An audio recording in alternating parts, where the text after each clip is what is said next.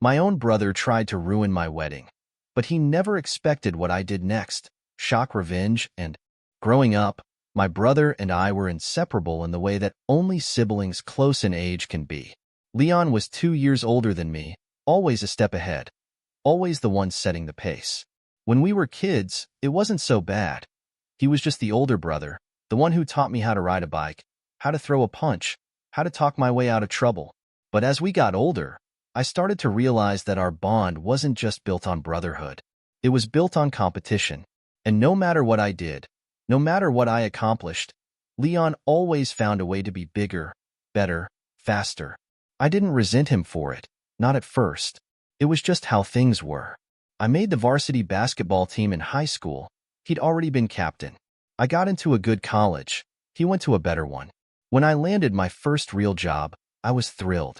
Then I found out Leon had already been promoted twice at his. It was as if the universe had assigned us roles. He was the golden son, the natural leader, the one who always seemed to have things under control. And me? I was the younger one, the one following in his footsteps, always just a little behind. For years, I tried to ignore it. I built my own life, my own successes. I founded a small business in Chicago, worked hard to grow it, and finally, after years of effort, I was able to say I had something that was mine, something that didn't exist in Leon's shadow. I even met someone who made all of it worth it. Julia. She was everything I hadn't even realized I was looking for. Smart, driven, kind, but with a sharp wit that kept me on my toes. The moment I proposed to her, I knew I was making the best decision of my life. When I told my parents, they were ecstatic. My mom teared up. My dad clapped me on the back, already talking about wedding plans. And Leon? He smiled, raised his glass, and said, "Marriage? Huh? Bold move. You sure you're ready for that, little brother?" It was a joke, of course, but there was something in his tone, something in the way his smile didn't quite reach his eyes, that made the hairs on the back of my neck stand up. Julia noticed it too. Later that night, she asked me, "Does he always talk to you like that?" I laughed it off. "That's just Leon. He's always been like this." She gave me a look, the kind that told me she wasn't convinced but wasn't going to push it. I should have paid more attention to that moment. It was the first sign that something wasn't right. At first, it was little things. I'd mention a venue we were considering, and Leon would smirk and say, "You sure you don't want something a little classier?" I'd show him a picture of my suit, and he'd shrug, saying, "Bold choice. Hope you can pull it off." Every decision I made, he had a comment. Never outright criticism, just enough doubt to make me second-guess myself. Then came the real interference. I got a call from our wedding planner one afternoon, asking about a change to the venue. Confused, I told her we hadn't changed anything. That's when she hesitated and said, "Well, Leon called earlier and mentioned that you wanted something a bit more upscale. He was asking about switching locations." I felt my stomach drop. Leon had no role in the planning. He wasn't part of any discussions. So why was he making calls behind my back? I confronted him immediately. "What the hell are you doing?" He looked at me like I was the one being unreasonable. "Relax, man. I was just trying to help. You've always had simple tastes." Simple. That word stuck with me. It was exactly the kind of thing he'd say, disguised as helpful advice, but really just another way of saying, "You're not good enough." I told him to back off, that this was my wedding, not his. He held up his hands in mock surrender. "Fine, fine. Don't get so worked up." I thought that would be the end of it. I was wrong. The next couple of weeks, I started hearing things. Friends asking me if I was sure about getting married. A coworker mentioning that he'd heard Julia and I were having problems. Even my parents seemed to be checking in more than usual. Then, Nick, my best friend since college, pulled me aside. "Look, I don't want to make a big deal out of this, but I heard from someone that Leon's been talking about your wedding, saying you might be rushing things. That maybe Julia isn't as committed as you think." I felt something cold settle in my chest. Leon was planting doubts, not just with me, but with everyone around me. Julia was furious when I told her. Why would he say that? I didn't have an answer. That's when I checked my phone and saw the messages. Leon had been texting Julia. Nothing aggressive, nothing outright accusatory, just little comments. I hope Adam knows what he's getting into. If you ever need to talk, I'm here. Relationships aren't always what they seem. She never responded, but he kept sending them. I had given him the benefit of the doubt for years. I had let him push me down, make me feel small, all because I thought that was just how brothers were. But this was different. This was intentional. That night, I confronted him again. This time, there was no casual laughter, no pretending I was overreacting. You don't get to mess with my relationship. Leon tilted his head. I'm not messing with anything. I'm just looking out for you. I stepped closer. You don't get to do this. I'm done with your games. For the first time, he didn't have a smirk ready. He just stared at me, silent. I walked away, thinking that maybe this time, I had finally put an end to it. But Leon wasn't done yet, and neither was I. The next few weeks were a whirlwind of wedding planning, but no matter how much I tried to focus on Julia, the excitement, and the future we were building, Leon's shadow loomed over everything. I wanted to believe that our last conversation had been enough to make him back off, but deep down, I knew better. He wasn't the type to just let things go. The first sign came in the form of a phone call from my mother. She had that careful, measured tone she used whenever she was trying not to upset me. Adam, honey, I just wanted to check in. Your father and I were talking to Leon the other day, and he mentioned that things have been a little tense with the wedding planning. Is everything all right with you and Julia? I clenched my jaw, gripping the phone tighter. Yeah, everything is fine. Why? She hesitated. Well, weddings can be stressful. Leon said he noticed you seemed on edge and that Julia might be feeling overwhelmed. We just want to make sure you two are really taking the time to think about this. You're still so young. I cut her off. Mom, I'm 32. Julia and I are fine. Leon needs to stop talking about our relationship like it's his business. There was another pause before she sighed. He's just looking out for you, sweetheart. He's always been protective. I could have laughed at the absurdity of it. Protective? That wasn't what this was. This was manipulation, plain and simple. Leon was playing the long game, planting seeds of doubt wherever he could, making sure that when people thought of my wedding, they also thought of uncertainty.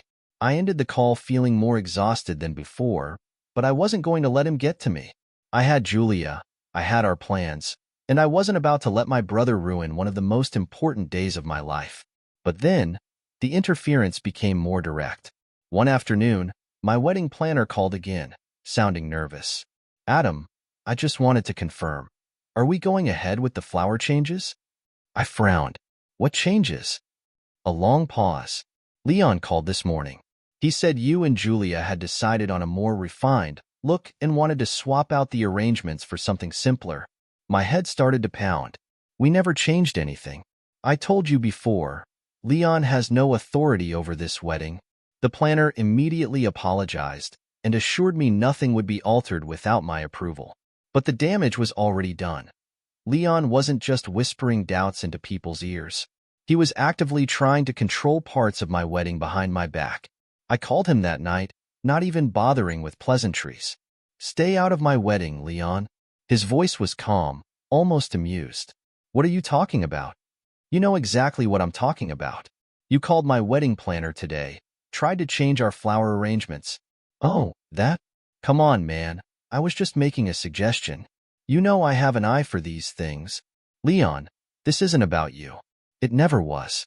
Stop inserting yourself. He chuckled. Relax, Adam. You're getting all worked up over nothing. I was gripping my phone so tightly my knuckles turned white. This is the last time I'm saying this. If you try to change anything about this wedding again, if you spread one more lie, I will make damn sure you're not invited. Silence. Then, finally, a slow exhale. All right. No need to be dramatic. I hung up before he could say anything else. For a few days, things seemed quiet. I focused on the final details, double-checking everything just to be sure nothing else had been tampered with. But then, Nick reached out. Dude, I just had the weirdest conversation with someone from work. Apparently, Leon's been talking about you again. I groaned. What now? Nick hesitated before saying, he told people Julia might not be in this for the right reasons. That she's with you because you're stable. My stomach dropped. Stable. It was such a careful word choice. Not outright accusing her of being a gold digger, but enough to make people wonder. I couldn't sit on this one. I had to know how far Leon was taking things. That night, I checked with a few other friends, dropping hints, asking if they'd heard anything. Turns out, a lot of them had. Leon had been busy. To some people, he said I was rushing into marriage without thinking. To others, he hinted that Julia might have a past I didn't know about. He even went as far as to suggest to a few of my old friends that maybe I wasn't as sure about the wedding as I claimed. I wanted to scream. He wasn't just being a jealous brother. He was actively trying to sabotage my relationship. When I confronted Julia about it, she was furious. Why is he doing this? What does he even get out of it? I shook my head. I don't know. I don't understand it either. But I know one thing. He's not going to stop unless I make him. She nodded. Then make him. The next day, I decided to go on the offensive. I gathered every piece of evidence I had. Texts, conversations, statements from friends, and sent it all in a group message to my parents. Mom, Dad, you need to see this. Leon has been spreading lies about Julia and me. He's been interfering with our wedding planning and trying to make people doubt my relationship. This isn't just brotherly concern anymore. He's deliberately trying to ruin something important to me. I hit send and waited. For a moment, there was nothing. Then, my mom replied, "Oh, Adam, I'm sure he didn't mean it that way." I stared at the screen, barely able to believe it. My dad followed up. "Leon's always had a strong personality, but he loves you. He wouldn't do anything to hurt you on purpose." I couldn't believe what I was reading. It didn't matter what evidence I presented. They were still making excuses for him. Then, finally, Leon chimed in. "Wow, so now I'm the villain? Maybe you should ask yourself why so many people are doubting your relationship instead of blaming me." That was it. I was done. I responded with only 3 words. "You're not invited." Then, I blocked his number. Julia stood behind me, watching as I tossed my phone onto the counter. "Are you okay?" I took a deep breath, exhaled slowly, and nodded. "Yeah, I think I finally am." Leon had spent his whole life making me doubt myself, making me feel like I had to prove something to him. But now, I was done playing his games. The days leading up to the wedding were supposed to be filled with excitement. I should have been thinking about Julia, about our future, about the life we were about to start together. Instead, I found myself triple-checking every detail, making sure nothing had been tampered with. I no longer trusted that anything would go as planned. I'd cut Leon out completely, but that didn't mean he was done. I had blocked his number, but that didn't stop him from finding ways to get to me. The first sign was when one of my groomsmen, Daniel, called me late one night. "Hey man, I don't want to stress you out, but I just had the weirdest conversation with Leon." I stiffened. "What did he say?" Daniel hesitated. "He asked me if I thought you were really ready for this. Said he was worried you might be getting in over your head." He made it sound like he was just being a concerned brother, but honestly, it felt off, like he was trying to plant something in my head. My fingers curled into a fist. Did he say anything about Julia? Not directly, but he kept hinting that you might not know everything about her. I closed my eyes, breathing deeply to stay calm. "Thanks for telling me. If he reaches out again, just ignore him," Daniel agreed. But the call left a sour taste in my mouth. Leon wasn't backing down. He was trying to get to the people closest to me. The next day, Julia came home looking furious. I ran into Mara at the cafe near my office. Mara was Leon's girlfriend. At least, she had been. Julia and I had no idea if they were still together, and frankly, we didn't care. But I knew by the look on Julia's face that whatever conversation they'd had hadn't been friendly. "She apologized to me," Julia said, pacing the kitchen. "She said she didn't realize how bad things had gotten between you and Leon, but now she sees it." I raised an eyebrow. "She sees it now? What, after everything he's done?" Julia exhaled sharply. "Apparently, Leon's been spiraling. She said he's obsessed with this wedding, that he keeps talking about how you're making a mistake and how he just wants to protect you from yourself." I shook my head. "This isn't about protecting me. He just can't stand that something in my life isn't about him. Julia stopped pacing and faced me. Mara said something else.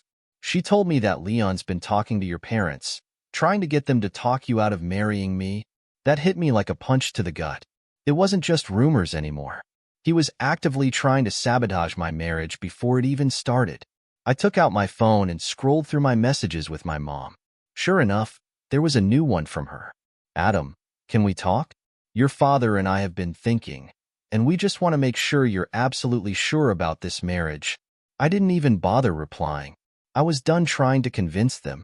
The wedding day arrived, and I refused to let Leon take up any more space in my mind. I told myself that this was going to be a perfect day, that nothing was going to ruin it. I should have known better. Leon showed up late, just as guests were being seated. I knew because I heard the whispers before I even saw him. When I finally spotted him, my stomach twisted. He was wearing a suit almost identical to mine, as if he was deliberately trying to position himself as my equal. And standing next to him? Mara. I hadn't invited him. I definitely hadn't invited her. Before I could process what was happening, the wedding coordinator rushed over. Adam, we have a problem. I sighed. Let me guess.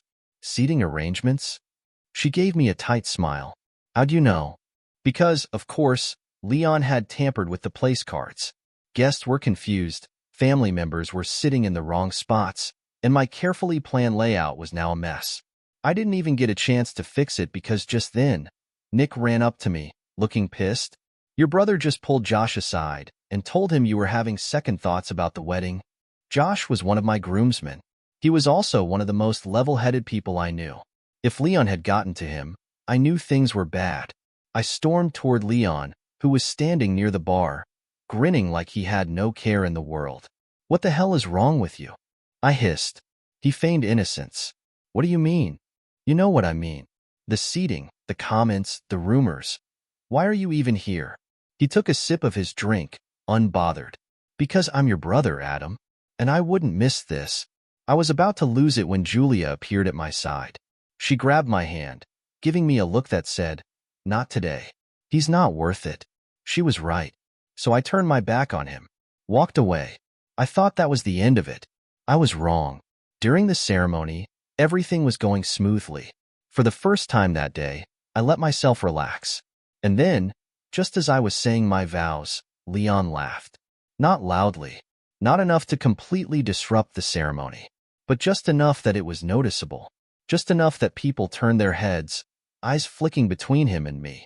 I kept going, forcing myself to ignore him. But inside, I was seething. Then, at the reception, he took things even further. He grabbed the microphone. I hadn't planned on letting him speak. No one had asked him to give a toast. But before anyone could stop him, he started talking. He congratulated us first, pretending to be the loving older brother. But then, the joke started. The little digs. You know, Adam wasn't always the most decisive guy. Took him forever to pick a college, a career, a fiancé. Laughter, nervous but present. He went on, bringing up exes, bringing up embarrassing moments from our childhood, even hinting at an old argument Julia and I had early in our relationship. I wanted to stop him. I wanted to rip that microphone out of his hands. But before I could, Julia stood up. She smiled, cool, controlled, powerful. Then she lifted her glass and said, "To Adam, the best decision I've ever made." And just like that, the room erupted into applause. Leon looked stunned. He hadn't expected her to turn the moment around. I saw it in his eyes. The realization that, for once, he hadn't won. And at that moment, I knew. This wasn't over. But neither was I. After Leon's little stunt at the wedding, I expected him to back off, at least for a while. He had made a spectacle of himself, humiliated both me and Julia, and still failed to ruin the night. I thought maybe, just maybe, that would be enough for him. But Leon had never been the type to accept defeat. 2 days after the wedding, I got a message from my mom. "You need to talk to your brother. He feels awful about how things turned out." I stared at the screen, debating whether to respond. Then, another message came through. "He didn't mean to upset you. You know how he is." That was it. That was the phrase I'd been hearing my whole life. You know how he is. A lifetime of excuses packed into 6 words. I didn't respond. I wasn't going to play their game anymore. A week passed, and for the first time in months, I started to feel peace. Julia and I had left for a short getaway after the wedding, just a few days in a cabin by the lake, away from everything. No calls, no stress, no Leon. It was exactly what we needed. But the moment we got back, it all started again. Nick called me as soon as we landed. Dude, you're not gonna believe this. I sighed. Do I even want to know? Leon's been talking. Of course he had. According to Nick, Leon had been running his mouth to anyone who would listen. At work, at the gym, even at a mutual friend's house party. And the things he was saying weren't just jabs at me anymore. He told people Julia's controlling, Nick said, that she doesn't let you be yourself, that the wedding was all her idea, and you just went along with it. My jaw tightened. Anything else? Oh yeah, Nick continued. He's been saying you've changed since getting married, that you don't prioritize family anymore, that he tried to help you, but you pushed him away. I laughed bitterly. Unbelievable. Nick hesitated before adding, it's worse than that, man. He's been trying to turn people against you. He told some of our old friends that you're paranoid, that you're cutting people out of your life because Julia tells you to. I felt something in me snap. Leon was trying to flip the script, trying to make himself the victim. He wasn't satisfied with ruining my wedding. Now he wanted to ruin my relationships, my reputation, my life. I hung up with Nick and went straight to Julia, telling her everything. She didn't even look surprised. Of course he's doing this, she said. He can't handle the fact that he doesn't have control over you anymore. I nodded. I need to put a stop to this. She raised an eyebrow. How? That was the question, wasn't it? Confronting Leon wouldn't work. He would just gaslight, deflect, and turn things around on me. My parents? Useless. And if I let this go on, he would keep chipping away at my life until I had nothing left. I needed to hit him where it hurt. The next morning, I did something I'd never done before. I made a public statement. I posted on social media, something vague but pointed. Grateful for the people who genuinely support me and Julia as we start this new chapter. And for those who tried to sabotage our happiness, you've made it clear exactly where you stand. The reaction was immediate. Friends and family flooded the comments, offering support, asking if I was okay. And then, a few started sharing their stories, things they'd seen Leon do at the wedding, comments they'd overheard. Mara even chimed in. She didn't say much, but her comments spoke volumes. Some people don't deserve the benefit of the doubt. Within hours, the post had done what I hoped it would. It forced people to take sides. And for once, Leon wasn't winning. I knew it had gotten to him when he called me that night. Wow, he said, voice dripping with sarcasm. Passive-aggressive much? I stayed silent, waiting for him to get to the point. He sighed. Look, I get it. You're upset. But do you really need to turn the whole world against me? I laughed. I'm turning people against you? You did that all on your own. He scoffed. Oh, come on, Adam. You're blowing this way out of proportion. Am I? I shot back. You interfered with my wedding. You spread lies about Julia. You tried to make people think I was having doubts about getting married. You even tried to change my wedding behind my back. And now you're pissed because people are calling you out. Silence. Then, the shift. The one I had seen my whole life. Leon dropping the bravado and playing the victim. I just wanted to protect you, he said, voice softer now. I was trying to help. I didn't even let him finish. No, Leon. You were trying to control me. And now that it didn't work, you're trying to make yourself look like the victim. More silence. Then, a low chuckle. Fine. If that's how you want to see it. Click. I stared at the phone in my hand, knowing that this was far from over. The next few days, I kept my ears open. More people came forward, sharing things Leon had said or done. His social circle started shrinking, friends distancing themselves, colleagues side-eyeing him at work. His once carefully curated image was crumbling. But the final blow came when I made a quiet, but significant, move. For years, Leon had taken small liberties in his professional life. Little things, padding his work hours, taking credit for ideas that weren't his, skimming a little off side projects. I had ignored it, looked the other way. Not anymore. I made an anonymous tip to his employer. Nothing dramatic, just enough to make them look a little closer at his records. And sure enough, a few weeks later, I heard through the grapevine, Leon was in trouble. I didn't reach out. I didn't gloat. I just watched as, for the first time in his life, he faced real consequences. Julia and I moved forward, free from his shadow. And for the first time in years, I felt like I was really living. Leon had spent his whole life tearing me down. But now, I was standing taller than ever. A few weeks after the wedding, life started settling into something peaceful. Julia and I focused on each other, on building our new life together, on enjoying the moments that were supposed to come after marriage. The quiet mornings, the spontaneous date nights, the feeling of finally stepping into the future we had planned. For the first time in what felt like years, I could breathe. And then, late one evening, my phone buzzed with a message I wasn't expecting. It was from Leon.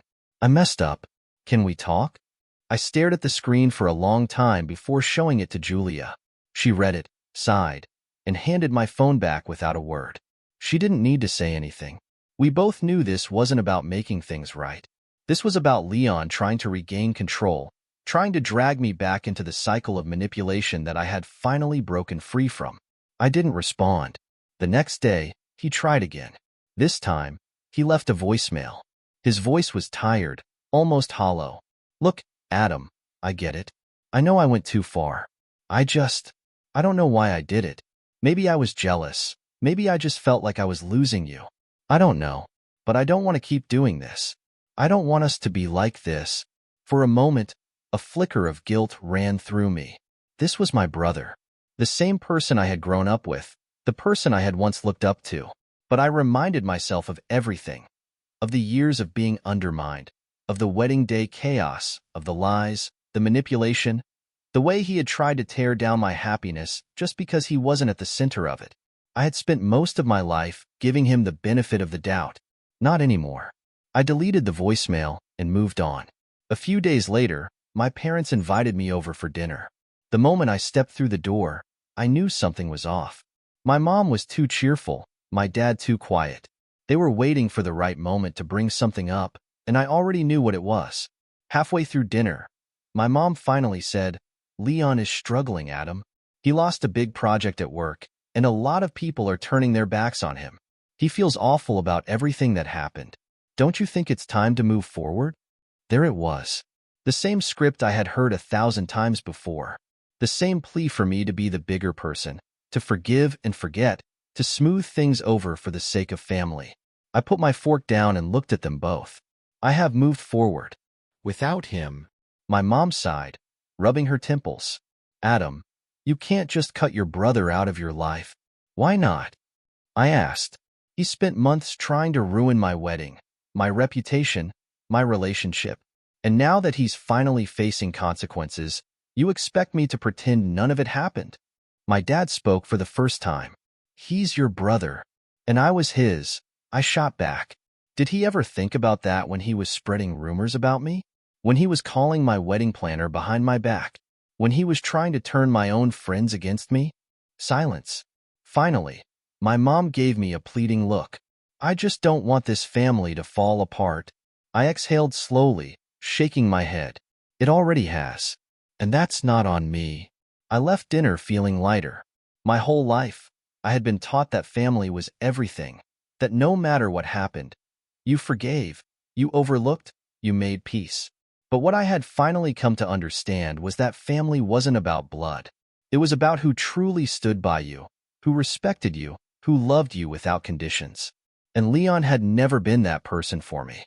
A few days later, I got another text from Leon. Fine. I get it. You want nothing to do with me. Just know that when you finally wake up and realize how ridiculous you're being, I won't be here waiting. I stared at the message for a long moment before blocking his number.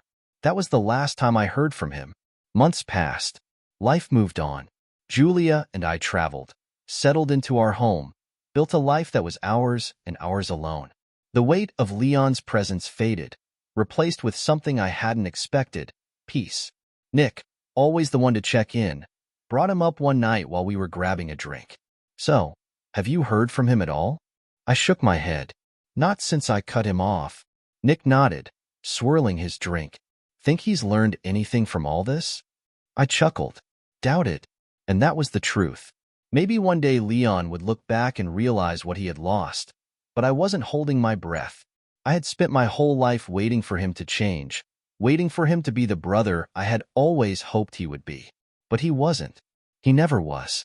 And I had finally stopped pretending otherwise. One afternoon, I got an email from an old mutual friend. It was short, just a screenshot of a social media post Leon had made. Something vague about people turning their backs on family, about betrayal, about loyalty. I didn't respond, didn't even think twice about it. For the first time in my life, I didn't care what Leon thought. And that was the most freeing thing of all.